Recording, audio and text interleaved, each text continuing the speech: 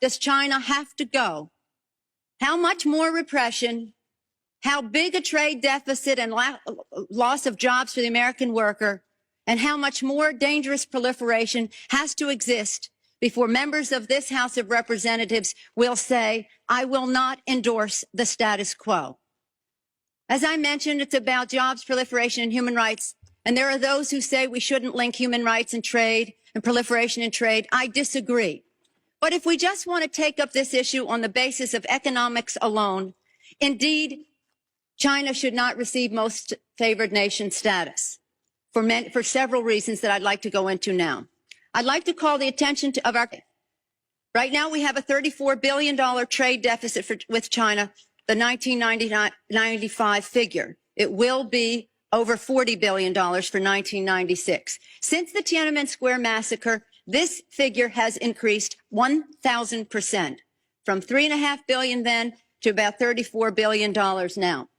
In terms of tariffs, I think it's interesting to note that the average U.S. MFN tariff on Chinese goods coming into the United States is 2%, whereas the average Chinese MFN tariff on U.S. goods going into China is 35%. Is that reciprocal?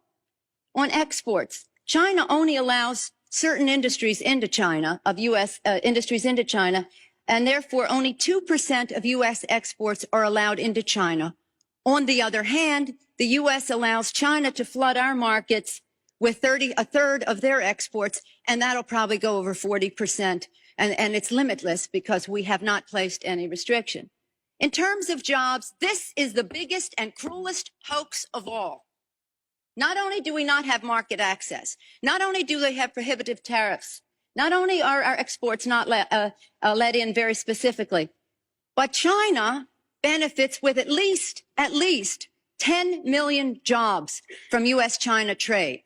The president in his statement requesting this special waiver said that China trade supports 170,000 jobs in the United States, 170,000 jobs, whereas our imports from China support 10 million jobs at least. Fact is that U.S.-China trade is a job loser.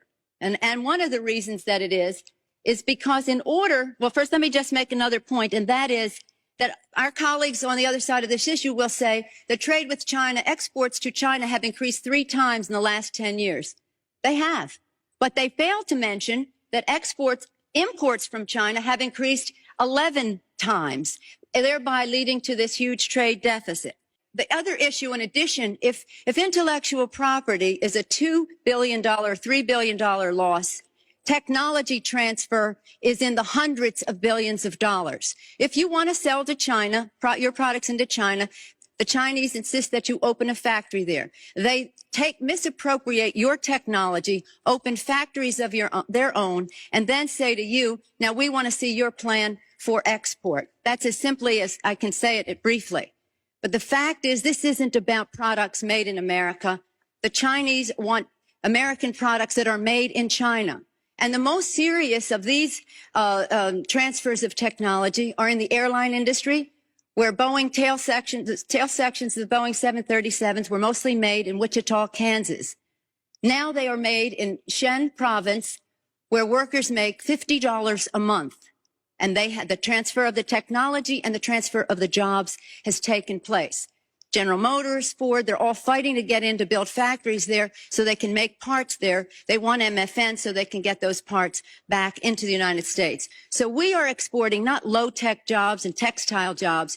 We're exporting our technology. Now, if you take a country the size of China with the very cheap, and in some instances, slave labor, the lack of market access, the rip-off of our intellectual property, the transfer of technology, a country that is not willing to play by the rules in any respect in this trade relationship, you have a serious threat not only to our relationship,